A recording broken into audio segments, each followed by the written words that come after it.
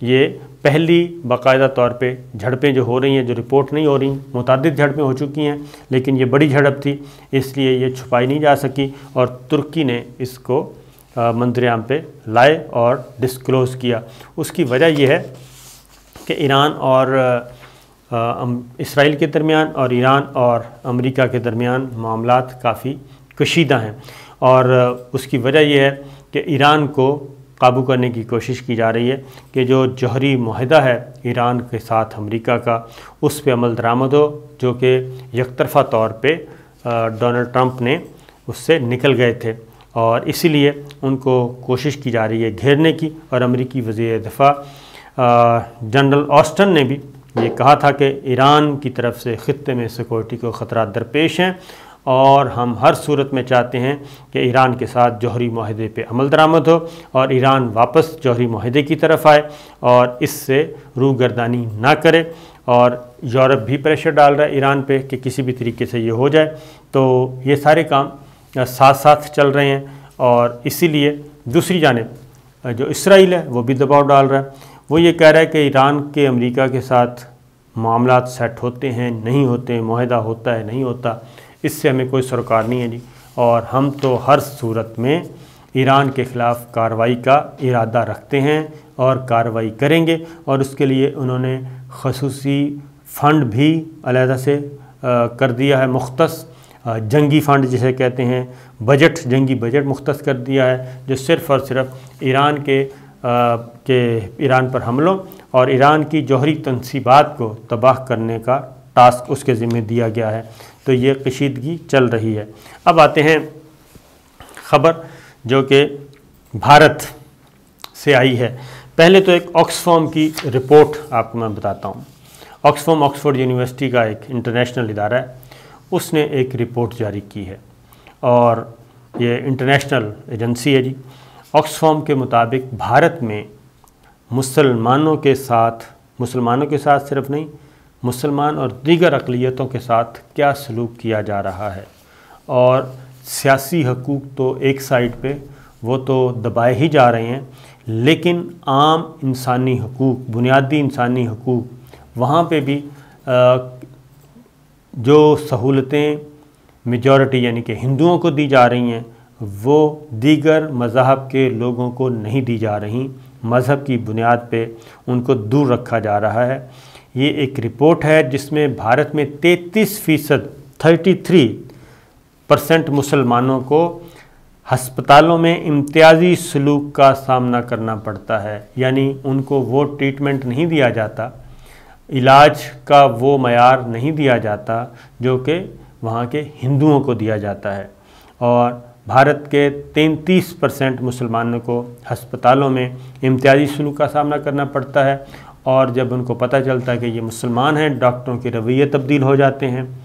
وہاں کے health staff ہے ان کا رویہ تبدیل ہو جاتا ہے، اور ان کو اگنور کیا جاتا ہے، اور ٹریٹمنٹ میں بھی، ڈیل کرنے میں بھی، ان کا علاج کرنے میں بھی، ہر اعتبار سے ان کو دوسرے تیسرے درجے کا شہری سمجھا جاتا ہے۔ دوسری جانب دوسرا بڑا نمبر جو ہے وہ ہے 22% شیڈول کاسٹ۔ 22% جو شیڈول کاسٹ ہیں ان کو بھی یہی امتیازی سلوک کا سامنا ہے بھارت کے ہسپتالوں میں۔ 21% شیڈول ٹرائبز اور 15% پسماندہ کلاسز جو ہیں ان کو بھی اسی امتیازی سلوک کا سامنا ہے بھارت کے ہسپتالوں میں، اور سروے میں 28 ریاستوں اور 5 یونین ٹیریٹریز میں 3900 افراد نے حصہ لیا، اور آکسفام سروے جو ہے وہ فروری 2021 سے اپریل 2021 میں کیا گیا تھا۔ تو یہ آکسفام کی رپورٹ ہے۔ اب آپ خود اندازہ کر لیجئے کہ بھارت میں جو اس وقت ہندوتا کا نظریہ ہے، ہندوتا کا ایک فاشزم پہ مشتمل ایجنڈا ہے، وہ کس طریقے سے مسلط کیا جا رہا ہے، اور وہ کہاں کہاں سرایت کر چکا ہے۔ سکھوں کے ساتھ بھی یہی ہو رہا ہے، سکھوں کو تو سیاسی حقوق بھی اب آہستہ آہستہ نہیں دیے جا رہے۔ تو یہ آکسفام کی رپورٹ ہے، کسی پاکستان کے انٹیلیجنس ادارے کی رپورٹ نہیں ہے۔ ایک اور رپورٹ ہے، اور وہ رپورٹ اسرائیل کی طرف سے ہے جی۔ اسرائیل کی ایک رپورٹ ہے کہ بھارت اس وقت مقبوضہ کشمیر میں کیا کر رہا ہے، کیوں کر رہا ہے، اس کو ذرا دیکھ لیں آپ کو۔ اور یہ بتا دوں کہ اسرائیل کی، بار بار جو زور دے رہا ہوں، اسرائیل کا جریدہ ہے ہارٹس، اس کی ایک رپورٹ ہے، وہ یہ ہے کہ جی اب بھارت جو ہے وہ اسرائیل کے نقش قدم پہ چل رہا ہے، اور مقبوضہ وادی کی آزادی کی جد و جہد کو فنا کرنے کے لیے، اس کو کچلنے کے لیے وہ اب اسرائیل کے ماڈل پہ کام کر رہا ہے، جو کہ اسرائیل ایک طویل عرصے سے اس پہ کام کرتا ہے۔ اسرائیل کیا کرتا ہے؟ اسرائیل یہ کرتا ہے کہ جی وہاں کے فلسطینیوں کو مارتا ہے، اور مارنے کے بعد اس کی ڈیڈ باڈیز جو ہے وہ واپس نہیں کرتا، بلکہ وہ اسرائیلی حکومت اپنے طور پہ کہیں بھی جا کے اس کو دفنا دیتی ہے، اور دفنا دیتی ہے، ڈسپوز آف کر دیتی ہے، جو بھی کرتی ہے کچھ پتہ نہیں، لیکن وہ واپس لواحقین کو نہیں دیتی۔ یہ ہو رہا ہے۔ اب انہوں نے کہا کہ بھارت نے بھی، اسرائیل کا اخبار کہہ رہا ہے کہ بھارت نے بھی اب اسرائیلی ماڈل اختیار کر لیا ہے، اور اب مقبوضہ وادی میں جتنے بھی لوگوں کو بھارتی فورسز مار رہی ہیں اور ان پہ ظلم و ستم کرتی ہیں، ان کو اغوا کرتی ہیں، اس کے بعد مار دیا جاتا ہے، مارنے کے بعد ان کو جو ان کے جسد خاکی ہیں واپس نہیں کیے جاتے۔ اب ہارٹس نے، اسرائیل کے اخبار نے ایک اور بھی انکشاف کیا ہے۔ وہ انکشاف یہ کیا ہے کہ یہ کرونا کی وجہ سے یہ سب کچھ نہیں کیا جا رہا، کیونکہ پہلے سہارا لیا تھا، 5 اگست 2019 کا اقدام ہوا، مقبوضہ وادی کا سٹیٹس تبدیل کیا گیا یک طرفہ طور پہ، اور اس کے ساتھ ہی کووڈ شروع ہو گیا۔ اب بھارتی فورسز نے اس دوران جتنے بھی ظلم و ستم کیے وہ سارے کے سارے کووڈ کے کھاتے میں ڈالنے کی کوشش کی تھی،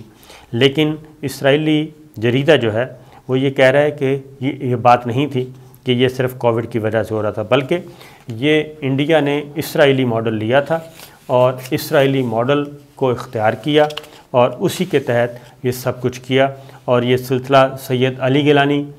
کی جب وفات ہوئی تو تب یہ منظر عام پہ اس پہ مزید شور مچا، تو انہوں نے اب تک کے نمبر بھی بتائے ہیں، اسرائیل کے اخبار نے نمبر بتائے ہیں کہ 2020 میں 140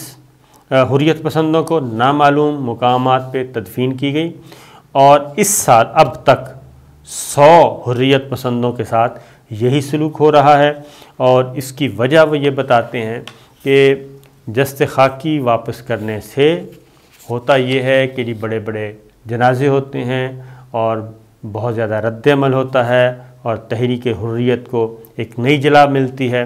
اور برہان الدین وانی کے بعد ساروں نے دیکھ لیا تھا کہ کیا ہوا، اور اس لیے اور پولیس ڈپارٹمنٹ بھارت کیا کہہ رہا ہے؟ بھارت کہتا ہے کہ مقبوضہ وادی کے پولیس ڈپارٹمنٹ کے پاس جو اعداد و شمار ہیں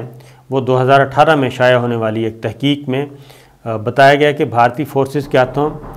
مارے جانے والے کشمیری قریبی رشتہ دار اور دوستوں کے جسد خاکی جو ہیں وہ نہیں دیے جاتے، اور